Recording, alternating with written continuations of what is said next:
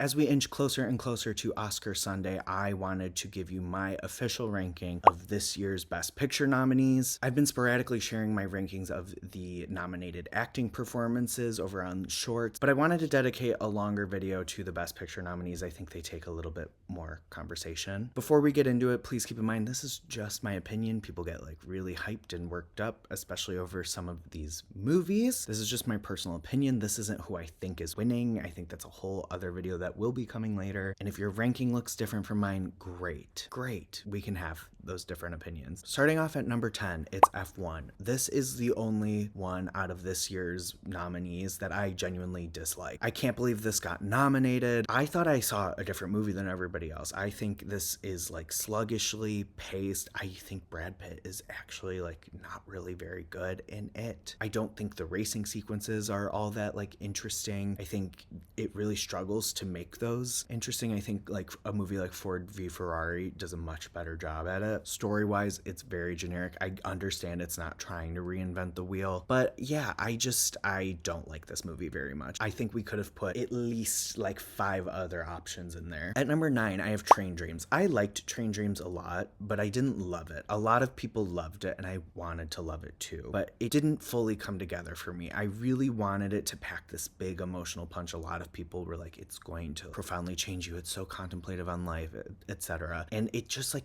didn't get there for me. I was not emotionally walloped by it. I think it looks beautiful. The cinematography is insane. That nomination is really, really great. And I think Joel Edgerton is giving a performance for the ages. It's a bummer it was so crowded this year. I would maybe swap him in for Ethan Hawke. I really, really loved that performance. Yeah, I think it's good. It's not one I feel called to revisit. Number 8, it's Begonia. I think this one is like really good. It's Yorgos at like a very cynical like level. Jesse Plemons and Emma Stone are phenomenal together. It is a bummer Jesse Plemons was not recognized because he's so good in this, and Emma Stone is Emma Stone. I think it has a lot of interesting things to say, and it's doing it very well. I think the commentary is a bit obvious, and it like really whacks you over the head with it, and I did find it to be a bit predictable, but I still overall thought it was very effective and chilling, and it was saying what it needed to say effectively, despite being very like obvious. Number 7, I have Marty Supreme. I really liked Marty Supreme a lot. I was a little nervous going into it. I talked about it more in my YouTube video, but I'm not like a big Safdie stan. I haven't loved their outings prior to this, and this was pitched to me as Uncut Gems, but maybe a little more hopeful, and I was like, I don't know. And I really liked it. I think it's a really fascinating examination on the chase to be great and like what that looks like for the people in your orbit, especially when you are only focused on greatness and not how it impacts other people. Timothy Chalamet is giving a great performance in this. I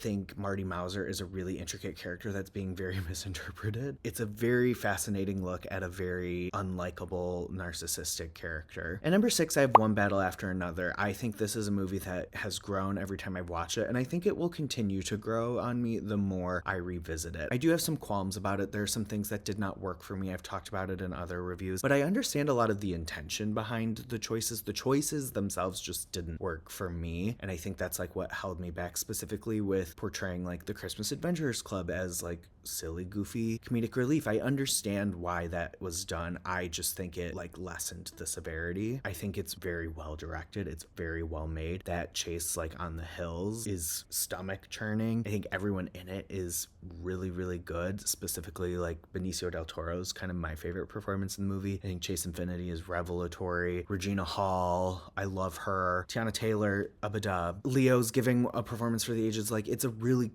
great cast giving it their all. I find it to be urgent and timely, and while I do think some of the comedic choices undercut the urgency, I do think it is still like a must-be-seen movie. It's dizzying, it's overwhelming, and it's in your face. Everything that worked for me about this movie more than makes up for like some of its shortcomings. Number 5, I have Frankenstein. I really love Guillermo del Toro's interpretation of it. I think it's a very fascinating take on the source material. I've seen a lot of people break down how it is very like Mexican. It's like very heightened, and I really think that is what makes this beautiful. It's so theatrical and big, and it's going for it. And I think that theatricality intentionally drips away when it shifts its focus to the creature. I loved that facet of it. Oscar Isaac, I love in this. I think he's playing it perfectly, and Jacob Elordi had me crying over a friggin' leaf. Like, that nomination is so deserved. I think this is a great one. Number 4, I have sentimental value. I loved this movie the first time I watched it, and every time since, it's dug its way into my heart even more. I love it. I think it's such a fascinating commentary on mental health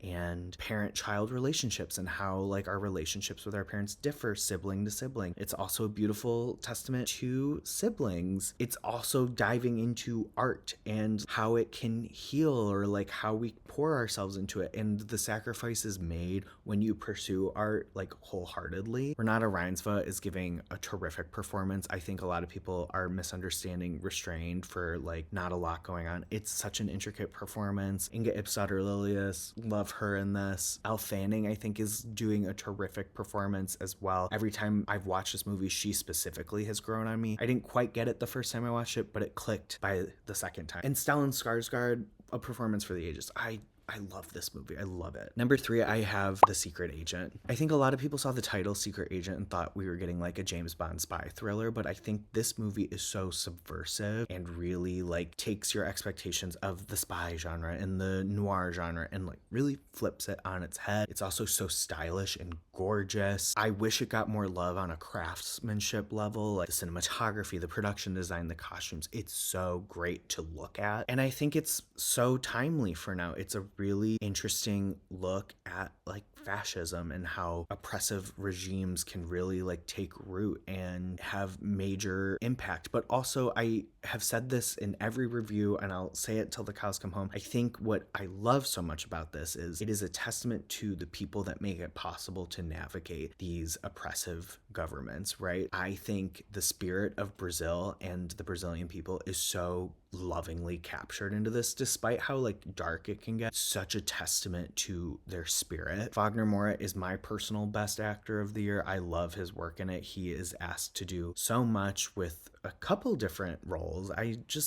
love him in this. Tanya Maria is so excellent in this. I think the casting nomination is so cool. I loved The Secret Agent. Every time I've watched it, it's just grown in appreciation for me. Number 2, it's Sinners. I loved this immediately walking out of my press screening, but every time I watched it 4 times last year, it just like burrowed under my skin more and more. Every time I watch it feels like the first time. This is like a movie, I think, why we go to the theater, why we want to experience things on the big screen. I think it's so beautifully and lovingly made. It's a technical achievement. I think Ryan Coogler is like really embracing this kind of open sandbox he gets to play in and showing like what original storytelling and original film can be. I think Sinners is a testament to like big spectacle genre filmmaking can be well crafted and beautifully made and all that jazz. The cast is stacked. Delroy Lindo, Wunmi Mosaku, Haley Steinfeld, and Michael B. Jordan in dual roles, Jamie Lawson, Miles Catton. I could go on and on. I think it's so impeccably acted. This ensemble is like really in sync with each other and in tune with what everyone is doing. It doesn't work if one of those is off, and they're all like coming together so beautifully. I love that it kind of unfolds like a play. I love the horror elements. I think Jack O'Connell is really going for it and is chilling. I also think Ryan Coogler, we've talked about this on this channel and many other channels have talked about it. Ryan Coogler is saying so much about culture and identity and how that can be preserved or how it can be absorbed and squandered. And we're tackling assimilation and appropriation. It's so smart. It's so smart. I love Sinners. I love it. My highest rated Best Picture nominee is Hamnet, though, like slightly above Sinners. I loved Hamnet so much. It profoundly broke me. I have a whole video on it. I think it's such a beautiful commentary on art and like what it means to make art and where we put our grief. I think this movie like is so beautifully communicating how some people can wear that grief and it just pours out of them while others have to put it somewhere. And then once it's put somewhere, it can bring a whole sea of strangers together and impact them in individual ways as well. I think it's so profoundly moving in that way. Jesse Buckley, I mean, come on. I will not hear Paul Mescal slander on this. I think he's great in this. And Jacoby Jupe, Noah Jupe, they're amazing as well. They're mind-blowing. I loved Hamnet. I want to watch it again. I'm itching to watch it again, but it might break me for good. That's my top 10 ranking. Please let me know what your top 10 ranking looks like below, and keep it chill in the comments. Also, thank you so much for tuning in. Make sure you like, comment, subscribe, share, and follow me everywhere, because we still got a little bit of ways to go with award season, and you know I'm going to be covering it. So do all those things, and I will see you on the next one. Bye!